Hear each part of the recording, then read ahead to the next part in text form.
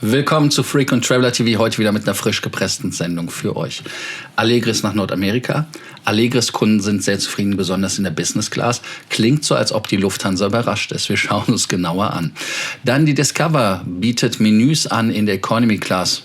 Hold the horses, kostet Geld. Also ist nicht für Umme. Weiter geht es dann mit Turkish Airlines. Die haben eine Kreditkarte mit Advanzia, die sie für den deutschen Markt bringen wollen. Haben wir in der Preisliste gefunden. Schauen wir uns auch nochmal genauer an, beziehungsweise was kann die Karte höchstwahrscheinlich? Alles natürlich Spekulatius. Und wir haben Superjet, den Absturz in Russland, der wohl auf einen Vogelschwarm zurückgeht. Da schauen wir uns das Ganze auch nochmal an. Interessant ist es, weil an dieser Stelle auch schon mal ein Unfall war, allerdings mit einem A320er, der ähnlich war, aber Ural Airlines und viele, viele Jahre zurück, 5 Jahre um genau zu sein.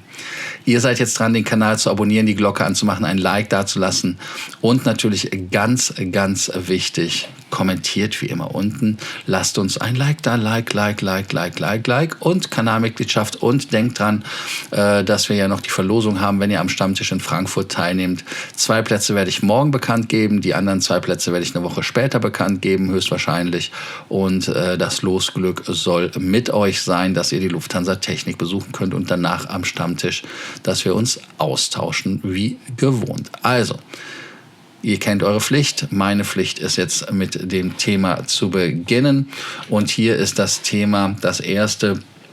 Das ist Lufthansa Allegris und die geht nach Nordamerika.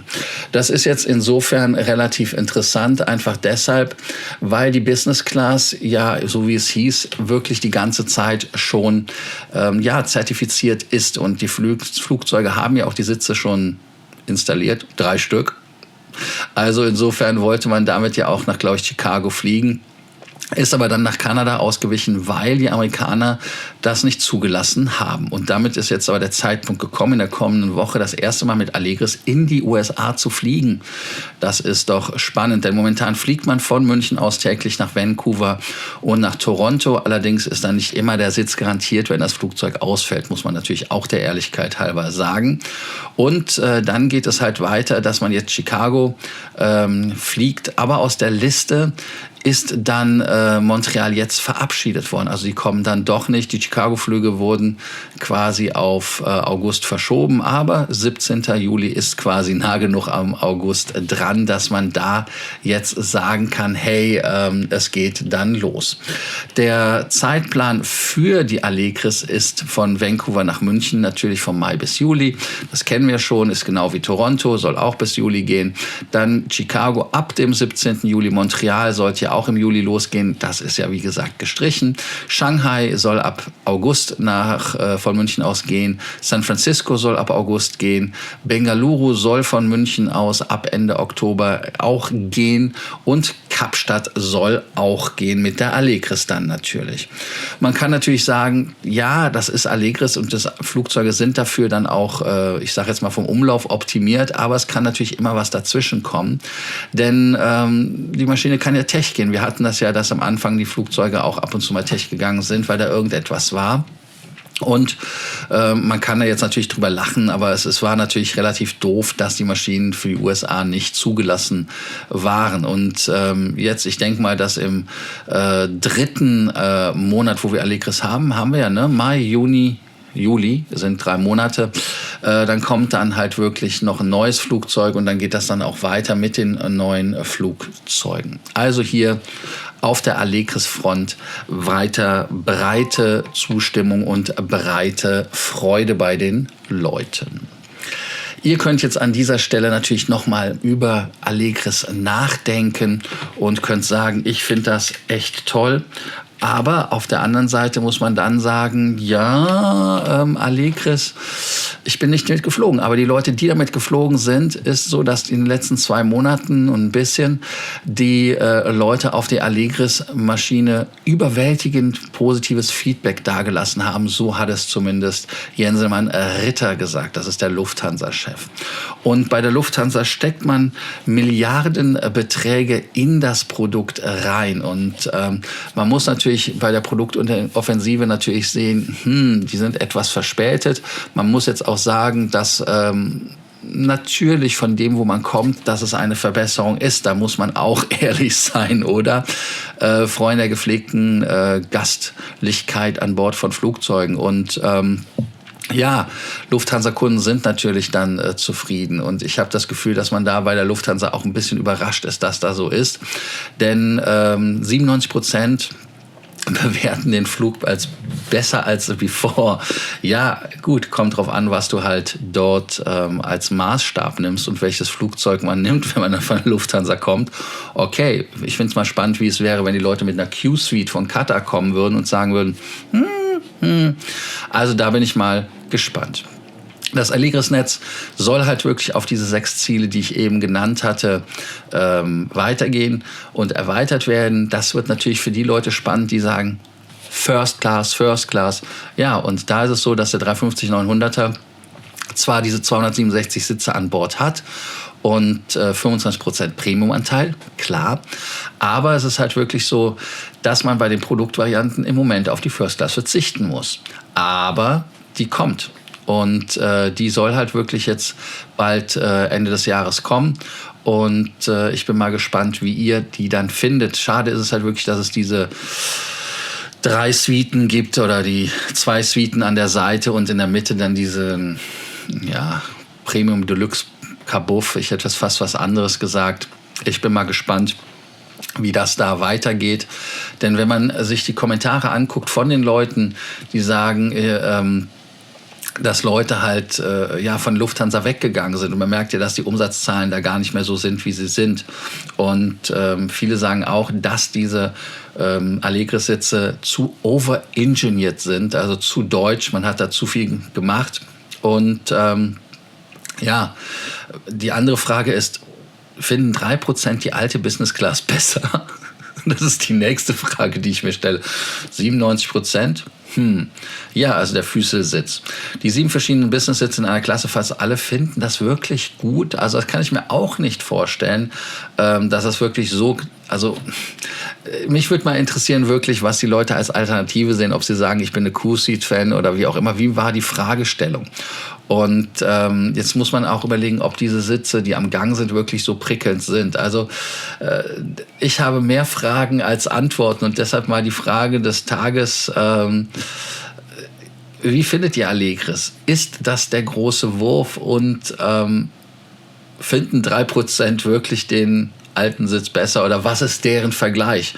Also insofern, oder kann man einfach nicht sagen 97%, weil jeder hat ja bei 7 verschiedenen Sitzen auch ein anderes Erlebnis. Also das heißt, das wäre auch mal interessant, das Ganze danach aufgeschlüsselt zu sehen und wie ihr das Ganze dann aus eurer Sicht bewertet und beobachtet, wie es da dann weitergeht an der Allegris-Front. Ich hoffe auch, dass die Lufthansa natürlich das auch schafft, jeden Monat einen Flieger einzuflotten. Nächstes Jahr sollen es ja dann 2 sein, beziehungsweise auch retrofitted werden.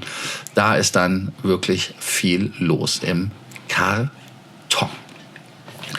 Wir haben dann nochmal ein Thema, was wir auch nochmal genauer uns anschauen müssen. Das ist nämlich Discover Airlines. Denn Discover Airlines ist ja so eine Art Leisure Airline bei der Lufthansa. Und ich habe so ein bisschen den Verdacht, dass die Lufthansa dort bei der Leisure Airlines Geschichte ein bisschen mehr Gas geben wird, weil man bei der Lufthansa sagt, die Geschäftskunden verlassen uns. Und deshalb ist es so, ob man da die Flugzeuge jetzt vielleicht zu Disco rüberschickt und damit dann versucht, was zu machen. Interessant ist es aber, dass die Discover auch ein etwas anderes Produkt jetzt bei der Langstrecke anbietet. Und zwar, dass man Essen vorbestellen kann. Und diese Premium-Gerichte, die es gibt, werden natürlich das Essen aufwerten. Ich bin ein großer Freund von solchen Essen, die dazu gekauft werden können, weil man da ja halt wirklich dann auch sich etwas kaufen kann, wie bei Air Baltic zum Beispiel, was einem dann schmeckt.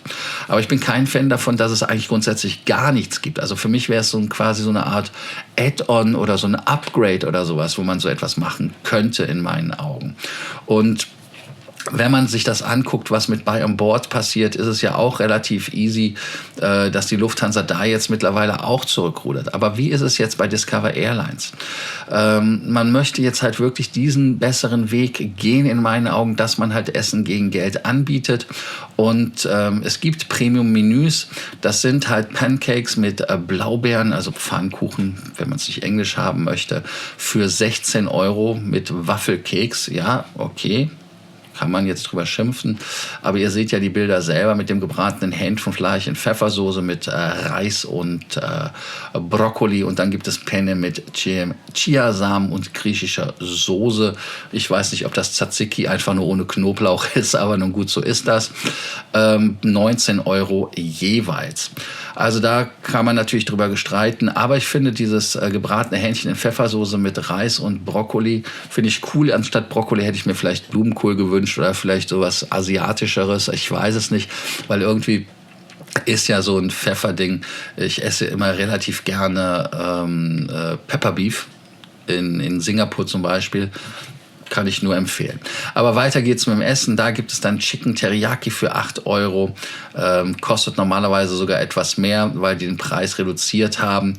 Dann Ciabatta mit Mozzarella und Pesto ist ein Klassiker. Den mag ich auch gerne. Ich weiß nicht, wie ihr das seht. 5,30 €. 6,70 € für Currywurst anstatt 7,50 €. Hähnchen Nuggets auch 6,70 € anstatt 67 €. Und ja gut, das ist für Kinder, ne? Klar, gibt's gar nichts. Und dann last but not least Laugenecke mit Putenbrust für 5,30 €. Aber wie so eine Laugenecke mit Putenbrust kann man dazu nicht einfach Brötchen sagen oder so. Aber nun gut, es muss halt fancy klingen. Ja, also so ist es halt, dass man nun Premium-Menüs hat. Ich persönlich finde die sehr angenehm angerichtet, appetitlich. Um da vielleicht was zu sagen, wie sie auch schmecken, würde ich gerne auch mal wissen, aber das kann ich mir gar nicht so schlecht vorstellen.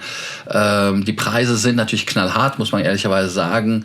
Da 19 € oder aber auch ja, die kleineren Sachen auf der Mittel- und Kurzstrecke. Condor macht so etwas schon ab 9,99 €, also quasi 10 €. Und da muss man natürlich gucken, ob man da auch nicht für das Geld dann etwas mehr Auswahl erfahren könnte. Also das wäre bin ich mal gespannt. Ich bin mal gespannt, wie es wirklich ist und da solltet ihr auch mal eure Kommentare unten hinschreiben, was ihr davon haltet. Und ist das Condor-Essen vielleicht besser und billiger? Hier sollten wir vielleicht mal einen Test machen. Ich bin mal gespannt, wie es ist. Also, ihr könnt hier unten schreiben und kommentieren, was ihr dazu haltet oder davon haltet. Dazu denkt, glaube ich, was. Ne? Dazu denkt. Ja, dann haben wir ein Thema, was auch hier jetzt nicht so ganz so schön ist. Das ist der Absturz von der Superjet und zwar ist das etwas Trauriges. Das sind 3 Leute umgekommen. Das war ja auch ein Überführungsflug nach einer Wartung, wenn ich das richtig mitbekommen habe. Und da sollte man dann abwarten, bis es wirklich Offizielles gibt. Aber an dieser Stelle ist es so, dass man dort einen Schuldigen eventuell hat. Und das ist eine Mülldeponie. Denn die Gazpromavia ist wahrscheinlich, das war die Fluggesellschaft, mit dem Superjet dann durch diese Vögelschwärme geflogen und hat dann quasi den Sittich gemacht. Und das ist nicht so gut ausgegangen wie bei den Freunden von der Ural Air, die vor 5 Jahren nämlich auch einen Zwischenfall hatten an ähnlicher Stelle. Denn der Airbus A321 von Ural startete am 15. August 2019, also ist wirklich 5 Jahre her fast, in Moskau Zhukovsky und wollte nach Simferopol fliegen. Die Piloten entschieden sich zum Start, trotz dass sie über Vogelschwärme informiert worden waren, die Probleme sind. Und kurz nach dem Abheben gab es dann halt wirklich Vogel in den Triebwerken oder Vögel und die Triebwerke fielen aus und damit ist man dann im Maisfeld gelandet, weil es das einzige war, wo es Platz gab. Und Gott sei Dank kam bei dieser Notlandung keiner ums Leben. Jetzt sagt ihr natürlich, ja, wie ist denn das, warum Mülldeponie und so weiter. Ja, damals war es halt die Mülldeponie, die für den Vorfall verantwortlich gemacht worden ist, denn der ist 2 Kilometer weg vom Flughafen zu Kukowski.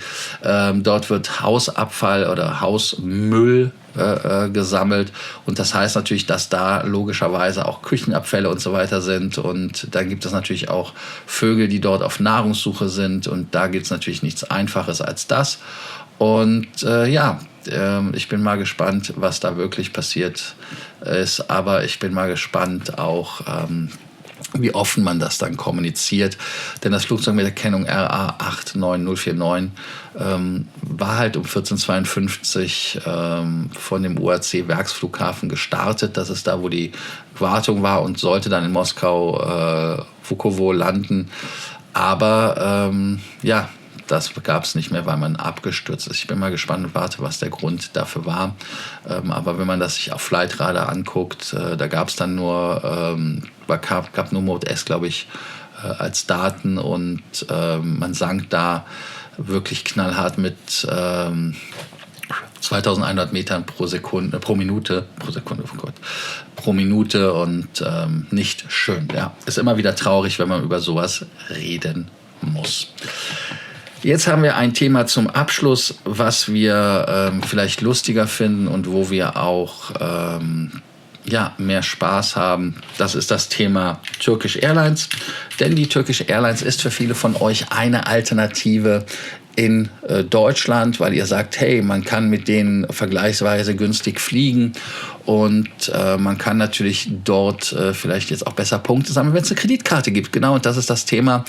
Denn die Kreditkarte von Lufthansa und Eurowings, die kann da einen Konkurrenten durchaus gebrauchen. Aber wenn man halt so sieht, die Karten sind alle relativ langweilig. Auch die Avantia-Karte ist langweilig. Die Turkish Airlines-Karte ist jetzt nicht ganz so offiziell angekündigt bis jetzt. Aber es gibt dafür einige Hinweise, dass es die gibt. Denn die Hilton Honors-Karte ist ja gerade gestartet mit der Avantia. Und viele von euch haben ja auch mit mir einen Call gebucht und bin da relativ busy, um zu erklären, wie man auch die amerikanischen Karten kriegen kann. Und nein, amerikanische Karten sind nicht illegal und man ist da auch nicht im grauen Bereich. Das ist alles weiß, solange man natürlich sich innerhalb der Gesetze befindet. Und in den USA zum Beispiel, wenn man Zinsen einnimmt, dass man da natürlich Steuererklärung für machen muss. Also das ist nur am Rande erklärt. Gut, was sind denn so die Themen? Warum wissen wir, dass es dort eine Turkish Airlines Karte gibt? Und zwar seht ihr jetzt genau hier, was es ist. Und zwar nur für Turkish Airlines Miles & More Kreditkarte monatlich 8 € Kreditkartengebühr im Preis- und Leistungsverzeichnis von den Freunden der Avantia. Und wenn man jetzt das so ein bisschen vergleicht mit der Hilton-Karte, dann ist es so, dass es keine Auslandsgebühren gibt, keine Fremdwährungsgebühren, keine Gebühren für Abhebung von Bargeld verlangt wird, wobei hier das Kleingedruckte wichtig ist, dass man dort nochmal schaut, weil da gibt es ein Preisverzeichnis, ja, und Reiseversicherung. Deshalb bin ich mal gespannt, mit den 96 € pro Jahr, welche Versicherungen da drin sind. Die ist etwas teurer als die Hilton-Karte, kostet also monatlich 8 €. Ihr könnt ja dazu schreiben, was ihr von der Turkish Airlines Karte euch erhoffen würdet. Wenn man natürlich auch jetzt sagt, was da wirklich passiert, ich kann es euch nicht sagen, dann muss man halt gucken, wie viel Meilen gibt es denn, wie viel Miles and Smiles Punkte gibt es denn pro Euro Umsatz? Gibt es 1, gibt es 2, gibt es 3? Vielleicht wäre es mal interessant, ob für 96 € eventuell nennen wir es einfach mal Premium-Karte da unterwegs ist. Auch denkbar und ist so, dass man natürlich bei Turkish Airlines vielleicht einen Statusvorteil hat, vielleicht eine Silberkarte, ich weiß es nicht. Oder man kriegt Statuspunkte für Umsatz, was auch eine coole Geschichte ist. Ist ja bei Hilton auch, dass man Übernachtung kriegt.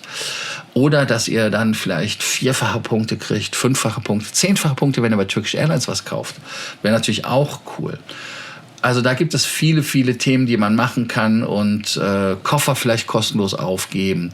Ich bin mal da wirklich interessiert, was die Türken da bringen. Für mich selber ist die Karte jetzt ehrlicherweise nichts. Aber für viele, die in Deutschland halt eine Karte haben wollen und nicht in den USA unbedingt eine Karte haben wollen, aus verschiedensten Gründen zu aufregend, fürs Herz, ich weiß es nicht, oder grundsätzlich Angst, für die wäre eine Option natürlich nicht schlecht. Gerade wenn man halt in der Lufthansa Miles & More Welt raus möchte, wäre die Turkish Airlines als Starlines-Mitglied eine Alternative. British Airways gibt es nicht mehr, Delta gibt es ja auch nicht mehr aus Deutschland, also insofern gibt es da keine Sachen. Aber Amex ist natürlich wesentlich flexibler. Aber es kommt hier wirklich darauf an, was die Turkish Airlines halt als Kreditkarte bietet und inwieweit da Bewegung kommt. Ich bin mal auch gespannt, was damit alles passiert. Und vielleicht ist für den einen oder anderen jetzt die Zeit zu warten, ob man die Hilton-Karte bestellt oder ob man sagt, ich warte vielleicht noch, was die Turkish bringt. Also ich bin mal gespannt, was ihr dazu denkt. Könnt ihr auch hier unten kommentieren, was ihr zu den Karten haltet, was ihr von den Karten denkt, der Hilton, und was ihr von der Turkish Airlines Karte euch erhofft. Oder ob ihr sagt, nee, hau ab mit dem Dreck, ich will ihn gar nicht haben. Danke, dass ihr heute wieder bei Frequent Traveler TV dabei wart. Denkt dran, den Kanal zu abonnieren. Ach nein, wir müssen ja erst noch, bevor wir euch hier entlassen, müssen wir natürlich den Fragen des Tages nochmal machen. Ne? Also, und zwar die Frage des Tages ist heute natürlich: Allegris, ist das der große Wurf von der Lufthansa? Und wie findet ihr Allegris? Und was ist vor allem mit den 3%, die Allegris nicht mögen? Mögen sie die alte mehr? Wie war die Frage? Das wäre das, was mich interessieren würde. Aber jetzt Kanal abonnieren, Glocke anmachen, Like da lassen, kommentieren, abonnieren und Kanalmitgliedschaft und dann zu Stammtisch und für euch jetzt den Abspann. Bis dann, ciao, ciao.